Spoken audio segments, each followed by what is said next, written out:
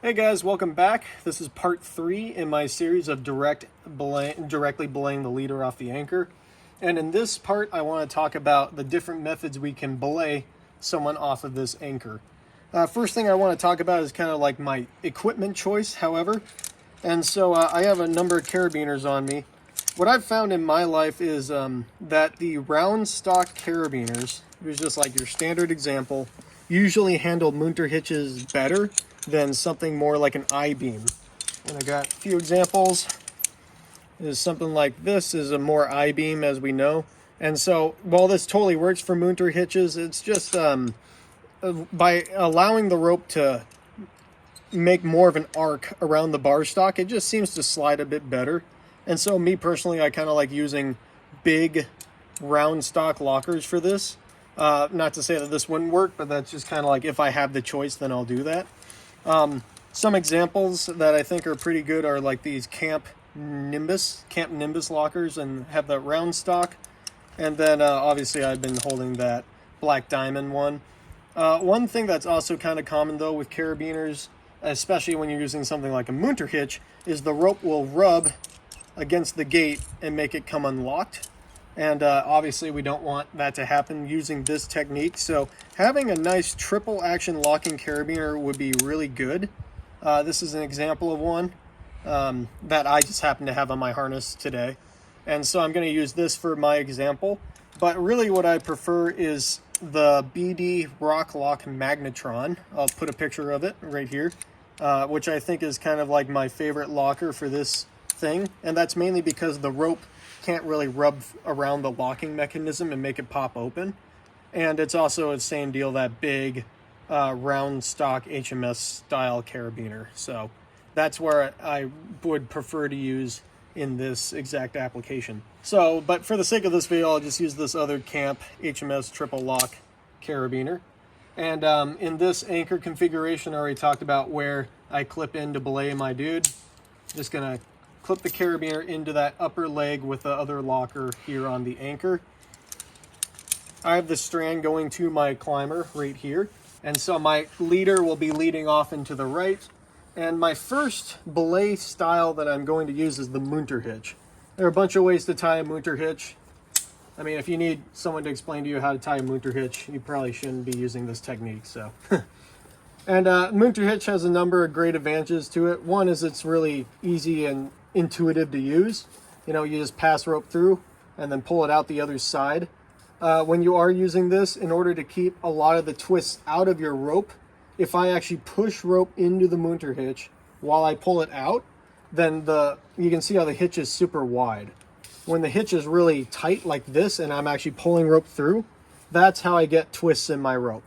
So if I push rope in while pulling it on the other side, feeding rope out to my climber, I can avoid a lot of twists even over a really long pitch, like a 50-meter pitch or so. In this setup, in this particular one, I'm kind of just going to commit to using this Munter hitch for the entire time that they're climbing up. Even after they get good gear in, I'm kind of like stuck like that. It's just the way I've set myself up. So that's the first belay style. And again, for this belay style, I like to use that large triple action locker because I don't want the rope rubbing and opening up my gate. So that was the Munter hitch. That's kind of like not a bad go-to because it kind of works in the largest variety of situations. Another option is something like a redirected plate. So I'm going to set this up just like I would when I'm lowering my climber. Go in right here. See, now I'm going to do that. And I'll just follow the pictures that they have on the device. Every device has them, climber's side, brake side, like this. And so as we all know from redirected lowers, this right here applies absolutely no friction. So I'm going to take the same carabiner, well, not the exact same one, but you know, one of the same size and brand. And I'll add that in. And so now, if the climber falls, the brake strand gets redirected and all I have to do is hold on to the rope and I'll catch my climber. So this is fully set up now. And belaying with it can be a little bit more finicky. Some people do this sort of magic where they kind of like switch hands and they're holding on to the brake strand, but they have to sort of feed it through. If you're Hercules, then you can just, or maybe even Hercules can't do it. But sometimes you can get away with like pulling the rope through while keeping slack here, but that's actually really difficult to do. And then other times, if you can get the rope to loop like this, that's what I found is really awesome, because now I can actually push rope through, and it'll, if it's a nice broken in rope with that loop, I can actually feed rope out pretty smoothly just like this. Again, I'm pushing rope in while pulling it out, and all I want to do is just maintain a little loop just like that in the system, like you normally would while belaying. And if they fall, then the whole thing just comes right here, and it supplies a huge amount of braking force. I've actually caught someone using this exact technique on a redirected plate before, and it was barely any work for me to hold on to this brake strand. So if, let's say we're in the situation now where my climber has climbed up 20 or 30 feet or whatever, and they placed a really good piece or got a few good pieces in or a few good bolts, you do have the option to take this brake strand off, because now it's basically like, I pull out some slack. I'm gonna pull out a lot actually. So they have a really good piece up there, and now I can just free the brake strand, and if they were to fall, I just hold down on the brake strand and it goes up and locks in place. I actually, when I caught my buddy climbing with this system, he already had a cam in, but I was a little bit nervous about it, and so I thought in my head I could unclip the brake strand, but then I thought, oh, maybe I'll just wait until he gets another cam or two in. And luckily that decision worked out, because after he fell, the cam ripped right out. And if I had decided to unclip the brake strand locker, that would have ended a lot worse than it did. So yeah, just don't unclip that brake strand locker lightly. That's the redirected brake strand, and that method's totally sound.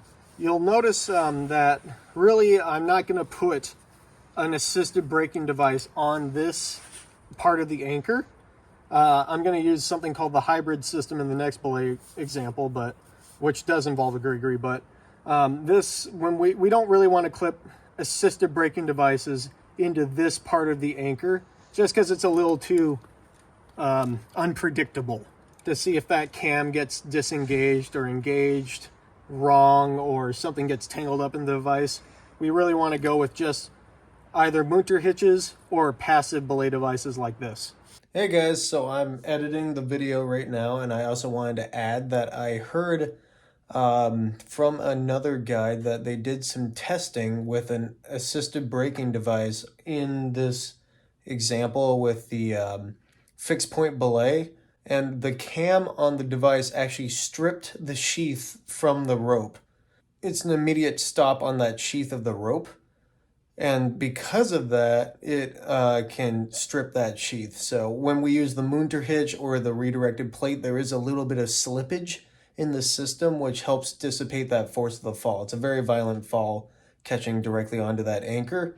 And it's also for that reason why it's very nice to wear gloves while belaying using this method. So some people even say that gloves are required if you're going to do the fixed point belay. So just something to keep in mind. It's a new addition. Back to the video. The final belay technique I want to talk about is what some people call the hybrid technique. And that's really good for when you have like 20 or 30 feet of exposed climbing or whatever you want to use for this system. And then you get a few pieces in and it just becomes like a normal pitch.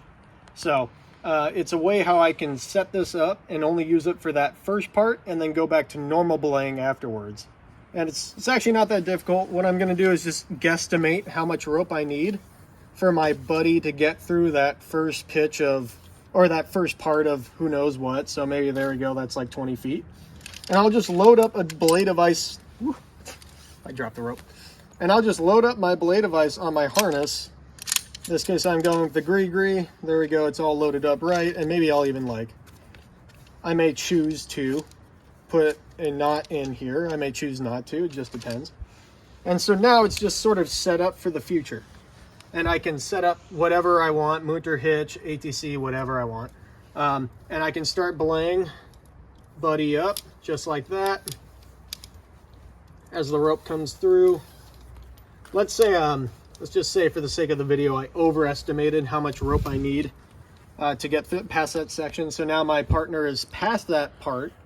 I can be like, okay, hold on, dude. And maybe they're at a good spot, or maybe I can actually multitask my way through this while he's continuing to climb up. So I could be belaying, pulling rope through the gree-gree. Doesn't matter if I let go of my brake hand here, because I actually have my brake hand right here. And then I get to a point where I can switch my brake hand, be like, hold on, dude. Take off the Munter hitch, take off the ATC. Then I move right into my usual belay with the rope going through 2 or 3 bomber cams, bomber bolts, whatever. And so this is a great way to just have that option of the extra protection for the first part of the climbing, but then you're not stuck on that level of belaying for the rest of the pitch. So you have to think ahead and decide if you want to do that or not. This is also a really great technique in the guiding world, or in a group of 3 when the leader's going up with 2 ropes, because you can get them to be belayed for the first part on one of their ropes, let's say the red rope, and after they get past that part, you can have the other dude on the red rope already rigged up with this belay, and you essentially just switch belayers while that other person takes the rope out of here. So that gets into other options too, but it's the hybrid technique. It's really good to go if you just have that first 20-foot run out on that pitch that you're worried about. This is also not a technique that you want to switch back and forth between. You want to set it up at the start, and then once you switch to this, you don't switch back to belaying on the anchor. So you either keep this on for the whole pitch, or switch once to this, and then just don't bother switching back and forth. It gets too confusing at that point. So guys, thanks for watching that. This is kind of the end of the main series, but I will filter in some other videos later on about different things I do in some weird situations and my reasoning for it. If you have any questions about the whole system, then leave a comment below. And then if you want to actually go out with me and work on all this stuff, then feel free to get in contact, and we can go out and have a day where we talk more in depth with all this system and actually practice it. Thanks for watching. A bunch of freaking goats in the path. How do you like move through a herd of goats that are blocking the trail?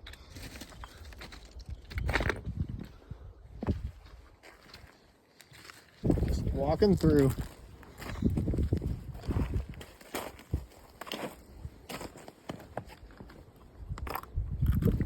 Ones that posted up on the trail.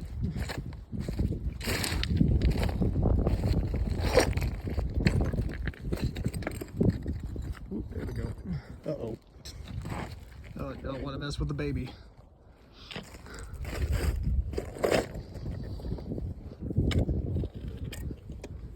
Give this baby a wide berth. I think I ran by mama.